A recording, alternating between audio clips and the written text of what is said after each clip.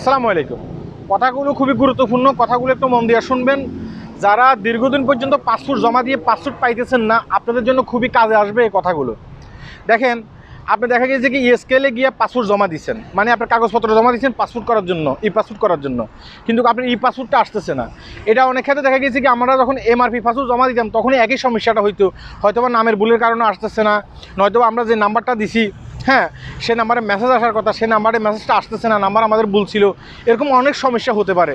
যাদের এই পাসপোর্টটা আসতেছে না, আপনাদের দেখা গেছে কি 3 মাস 4 মাস 5 মাস হয়ে গেছে আপনার পাসপোর্টটা আসতেছে না, এখন আপনাকে কি করতে হবে?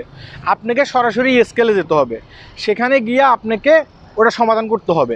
দেখা গেছে কি আপনি বাংলাদেশ সার্ভারে ঢুকছেন, যেখানে আমরা পাসপোর্ট চেক করি আমাদের পাসপোর্টটা আসছে কিনা, অনলাইন হয়েছে কিনা, সেখানে রিওয়ার্ক লেখা আছে। মানে আপনার পাসপোর্টটা আসে নাই, আর আসলেও কোথায় আছে সেটা আপনি নিজেও জানেন না। এখন আপনাকে কি করতে হবে? আপনাকে সরাসরি স্কেলে যেতে হবে। স্কেলে যায় সেটা সমাধান করতে হবে। এটা আমার কথা না, আমাদের বাংলাদেশের যে হাই কমিশন আছে মালয়েশিয়াতে, হাই কমিশনের ফেসবুক পেজে কিন্তু তারা এই নোটিশটা দিচ্ছে, আপনার নোটিশটা এখানে দেখতেছেন। তারা বলতেছে যে সরাসরি ওখানে গিয়ে আপনাকে সমাধান করতে হবে।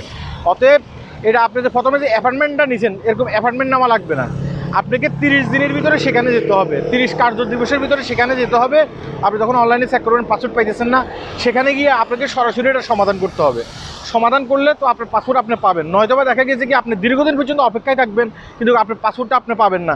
এই দিক দিয়ে দেখা গেছে কি আপনার মানে ভিসার মেয়াদ শেষ হয়ে আসছে, আপনি দেখা গেছে কি নতুন করে পাসপোর্ট ভিসা লাগাবেন, নতুন করে ভিসা লাগাবেন, আপনি ভিসা লাগাইতে পারতেছেন না শুধুমাত্র পাসপোর্টের জন্য, আর আপনি অপেক্ষায় আছেন। ঠিক আছে, আজ নয় কাল হয়তো বা কোনো সমস্যার কারণে পাসপোর্টটা আমার আসতেছে না, পরবর্তীতে আমি যাব, এরকম গাফলতি করলে হবে না। আপনাকে সেখানেই যেতে হবে, সেখানে গিয়ে আপনাকে সমাধান করতে হবে।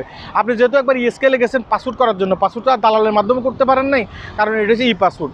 যেহেতু সেখানে গিয়ে আপনি গেছেন, তাহলে আপনি আবার সেখানে যেতে হবে, সেখানে গিয়ে এটা সরাসরি সমাধান করতে হবে।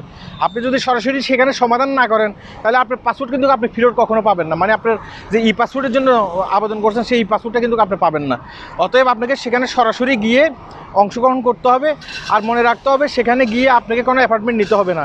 প্রথমত আপনাকে অ্যাপার্টমেন্ট নিতে হয়েছে, সেখানে কোনো অ্যাপার্টমেন্ট লাগবে না, সরাসরি গিয়ে সেখানে আপনি করতে হবে না। আর এটা অনলাইনের মাধ্যমে করতে পারবেন না, এটার জন্য কোনো দালাল ধরবেন না।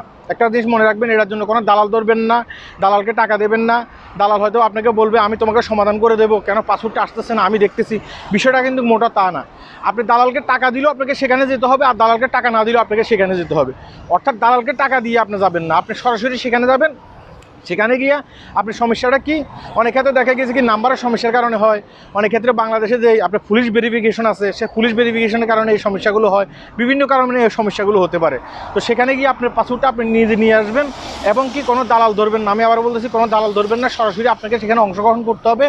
বাংলাদেশ হাই কমিশনের পক্ষ থেকে একটা নোটিশ দিছে, তারা এই নোটিশের মধ্যে কিন্তু এটা উল্লেখ করছে। কথাগুলো কি বুঝতে পেরেছেন? তো সবাই ভালো থাকবেন, ভিডিওটি শেয়ার করবেন, যারা হয়তো এই বিষয়টা জানে না তারা যেন এই বিষয়টা জানতে পারে। আল্লাহ হাফেজ।